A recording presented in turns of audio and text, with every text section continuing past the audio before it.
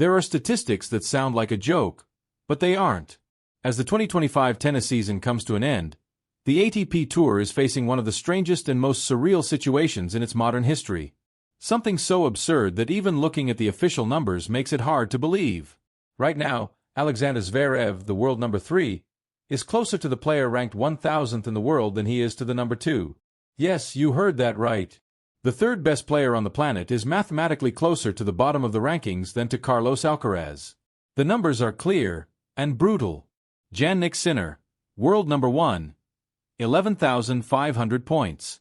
Carlos Alcaraz, world number 2, 11,250 points. Alexander Zverev, world number 3, 2,560 points. And if you scroll all the way down the ranking, Andrin Casanova, the Swiss player currently ranked 1,000th, holds just 15 points.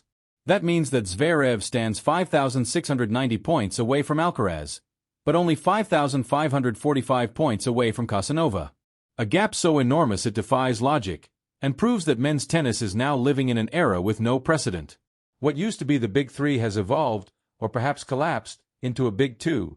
Carlos Alcaraz and Jannik Sinner have turned the ATP Tour into their personal playground, a territory completely sealed off from the rest. It's them. And then it's everyone else. Even Zverev himself, who's been a staple among the top contenders for years, didn't hesitate to admit the obvious. Honestly, I think we're all far behind Jannik and Carlos. It's not a perception. It's reality. And he's right. Despite being ranked third in the world, Zverev is living light years away from the two titans who are now dominating every major tournament. Neither Djokovic, nor Medvedev, nor Rublev, nor Fritz have managed to truly compete for the throne. The numbers speak for themselves. The last 8 Grand Slams, all of them in 2024 and 2025, were shared exclusively between Sinner and Alcaraz. Since Djokovic lifted his last major at the US Open 2023, no other player has touched a Grand Slam trophy. 4 of the 9 Masters 1,000 titles this season have also gone to them. And perhaps the most shocking stat of all, since May 2024, no player has won a tournament where both Alcaraz and Sinner were present. Their dominance is not only absolute, it's inhuman. While the rest of the field battles inconsistency, fatigue, and pressure, these two seem to play at a completely different speed. The ATP ranking now shows a canyon-wide gap between them and everyone else. Zverev's season sums it up perfectly. He's been consistent, competitive, even reaching the Australian Open final and winning Munich. But in this era, that's not enough. Because while he's fighting to stay healthy and relevant, Alcaraz and Sinner are collecting titles, points, and records as if the tennis calendar had more days for them than for everyone else. And perhaps the most striking part? The difference isn't just numerical. It's visual. In Paris, just days ago, Sinner demolished Zverev 6-0, 6-1 in barely an hour. A semi-final that looked more like an exhibition match than an actual competition. Zverev walked off the court completely drained, while Sinner looked as if he'd just finished a light practice session. That image said more than any statistic ever could. Because what's happening right now isn't just about points, it's about levels. Confidence. Speed. Execution. Men's tennis is now divided into 2 separate worlds. One ruled by Alcaraz and Sinner, who monopolize trophies, headlines, and history. And another where everyone else just tries to survive long enough to make their defeats look respectable. The current ATP ranking tells a story that goes far beyond mathematics. It reveals a new order in men's tennis. What once was the Big Four, Federer, Nadal, Djokovic, and Murray, has now become the Big Two, and the rest of the circuit seems to exist in their shadow. For the first time in 2 decades, the gap between the top 2 and the rest has become impossible to bridge. Even Zverev, who not long ago was seen as one of the leaders of the next gen, now looks like a man stranded between generations. Too young to belong to the old era, too human to compete with the new monsters. He admitted it himself at the ATP finals in Turin. I preferred to be in Alcaraz's group. On this surface, Sinner is the strongest. Even Carlos would agree. That statement alone says everything. When the world number 3 openly admits that one of his rivals is simply above everyone else, you know the competitive balance of the sport has collapsed. Because this isn't just dominance, it's hegemony. The gap between Sinner and Alcaraz and the rest of the world is so big that Zverev, despite being third, looks like he's playing in a different league. He's a fantastic player, a Grand Slam finalist, an Olympic champion, a man who spent more than 300 weeks inside the top 10. But in 2025, none of that seems to matter anymore. Against the two at the top, he's simply outclassed. The numbers prove it. In their last encounter in Paris, Jannik Sinner dismantled Zverev 6-0, 6-1 in just over an hour. That wasn't a tennis match, it was a demonstration of power. Sinner played with surgical precision, his movement like clockwork, his aggression unrelenting. Zverev, meanwhile, looked exhausted, desperate, powerless. And it wasn't a one-time occurrence. Throughout the year, every clash between Sinner or Alcaraz and anyone else, be it Zverev, Medvedev, or Tsitsipas, has followed the same pattern. Fewer rallies, faster exchanges, and an overwhelming rhythm that no one can sustain. Because what separates them isn't just their game. It's their entire ecosystem. Both Alcaraz and Sinner have built teams around them that operate like Formula One garages. Precision-driven, data-fed, and relentlessly optimized. Their physical trainers, nutritionists, psychologists, and analysts work together to extract every possible percentage of improvement. They're not just athletes, they're projects, perfectly engineered for consistency, speed, and resilience. And the results are brutal. Since 2024, no player outside Alcaraz or Sinner has won a Grand Slam. Not one. They've alternated victories with robotic precision. When one doesn't win, the other does. Between them, they've collected the last 8 majors and nearly all Masters 1000 titles.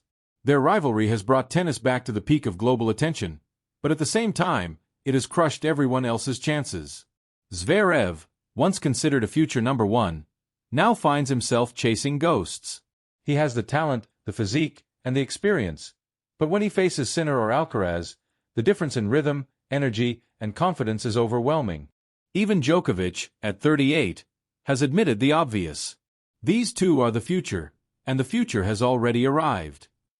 The big three used to dominate because of experience and consistency. But Alcaraz and Sinner dominate through evolution. They're faster, stronger, sharper. They've taken tennis to a new dimension where the margin for error has vanished.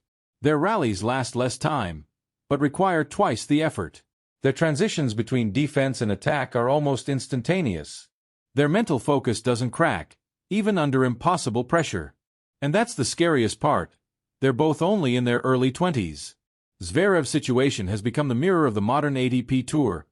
A player good enough to dominate in any other era, now reduced to a supporting role in a show run by two prodigies. The German is not the problem. He's the symptom of a system that has become polarized around two names. Because the truth is clear.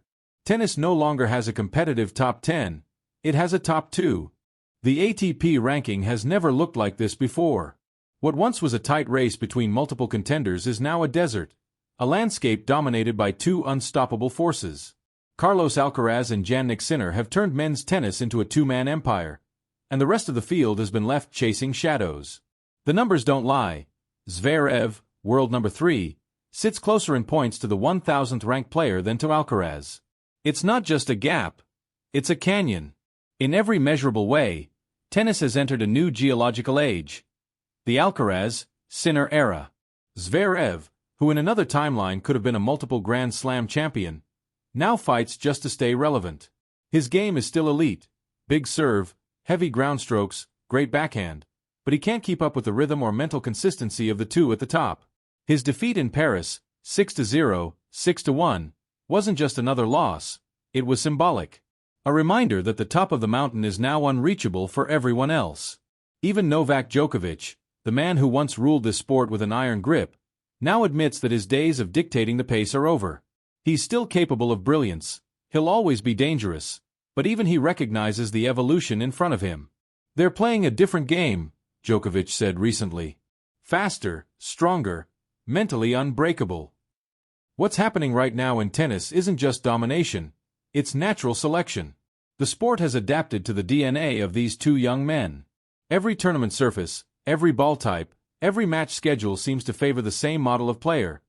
Explosive, relentless, intelligent. That's why Zverev's frustration is understandable. In Turin, he said it without filters. I hate that all courts feel the same. The organizers want Jannik and Carlos in every final. And he's not entirely wrong.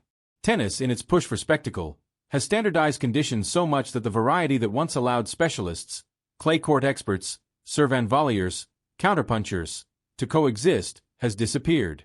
Now, there's only one style that survives. The Alcaraz, Sinner blueprint. Ultra-aggressive baseliners with perfect conditioning and bulletproof focus. That's why this isn't just a momentary phase. It's an evolution. A shift from eras of contrast to an age of precision. Look closer, and you'll see that both players have already transcended traditional tennis archetypes. Alcaraz. Emotion, instinct, chaos turned into art. Sinner. Logic, calculation, and mechanical consistency. Together, they form two halves of the same perfection.